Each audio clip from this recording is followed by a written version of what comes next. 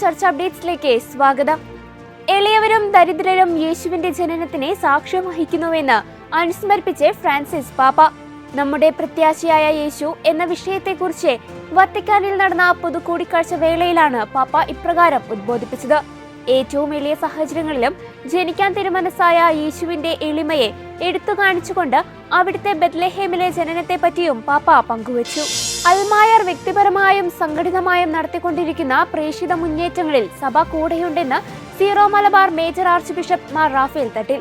Zero Malabar സഭയുടെ സുവിശേഷവൽക്കരണത്തിനു വേണ്ടിയുള്ള കമ്മീഷന്റെ നേതൃത്വത്തിൽ വ്യത്യസ്തങ്ങളായ മിഷൻ ദൗത്യങ്ങളിൽ ഏർപ്പെട്ടിരിക്കുന്ന പ്രസ്ഥാനങ്ങളുടെയും വ്യക്തികളുടെയും ആലോചന യോഗത്തെ അഭിസംബോധന ചെയ്ത് സംസാരിക്കുകയായിരുന്നു അദ്ദേഹം. ഇപ്പോൾ നിലനിൽക്കുന്ന മിഷൻ പ്രവർത്തനങ്ങളുടെ തനിമ നഷ്ടപ്പെടുത്താതെ തന്നെ സീറോ മലബാർ സഭയുടെ ആത്മായ പ്രേക്ഷിത പ്രസ്ഥാനം സംഘടിപ്പിക്കാൻ വേണ്ട നിർദ്ദേശങ്ങളും അതിനാവശ്യമായ മാർഗരേഖയും യോഗത്തിൽ ചർച്ച ചെയ്തു. ക്രൈസ്തവ വിരുദ്ധ പീഡനം രൂക്ഷമായ ബുർക്കിനോ ഫാസോയിൽ 2 കത്തോലിക്ക വിശ്വാസ പരിശീലകർ കൊല്ലപ്പെട്ടു.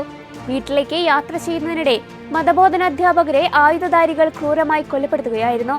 ഡെഡുഗോ രൂപതയിലെ ബോണ്ടോക്കോയിക്ക് സമീപമാണ് ആക്രമണം നടന്നതെന്ന് പൊന്തിഫിക്കൽ സന്നദ്ധ സംഘടനയായ aid to the church India അറിയിച്ചു. 4 വിശ്വാസ പരിശീലകർ ഒരുമിച്ച് മോട്ടോർ സൈക്കിളിൽ യാത്ര ചെയ്യുകയായിരുന്നുവെന്നും എന്നാൽ അവരിൽ 2 പേർ ആക്രമികളിൽ നിന്ന് രക്ഷപ്പെടുകയായിരുന്നുവെന്നും റിപ്പോർട്ടിൽ പറയുന്നു. അനധികൃത കുടിയേറ്റക്കാരെ നാടുകടത്തുന്ന പശ്ചാത്തലത്തിൽ ബിഷപ്പുമാർക്ക് ഫ്രാൻസിസ് പാപ്പ എഴുതിയ കത്തിന് പ്രതികരണവുമായി US bishop conference president archbishop Timothy Broglio. മനുഷ്യന്റെ അന്തസ്സ് സംരക്ഷിക്കേണ്ടതിന്റെ പ്രാധാന്യവും കുടിയേറ്റത്തിന്റെ മനുഷ്യത്വപരമായ ഒരു സംവിധാനം കെട്ടിപ്പടുക്കുന്നതിന്റെ ലക്ഷ്യവും ഊന്നി പറഞ്ഞാണ് പ്രതികരണം. അതേസമയം US കുടിയേറ്റ സംവിധാനം മെച്ചപ്പെടുത്തുന്നതിനും മനുഷ്യരുടെ സുരക്ഷിതത്തിനും സംരക്ഷണത്തിനും വേണ്ടി പ്രാർത്ഥിക്കണമെന്നും ഫ്രാൻസിസ് പാപ്പയോട് മെത്രാൻ സമിതി അഭ്യർത്ഥിക്കുകയും ചെയ്തു.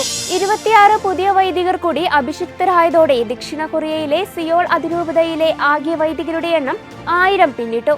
ഇക്കഴിഞ്ഞ ദിവസം നടന്ന തിരുപ്പട്ട ശുശ്രൂഷയിൽ arch bishop Peter Chung soon take മുഖ്യ കാർമ്മികനായിരുന്നു.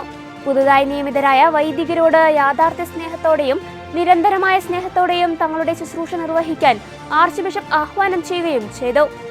ഇതോടെ ചർച്ച അപ്ഡേറ്റ്സ് പൂർണ്ണമാകുന്നു. നന്ദി.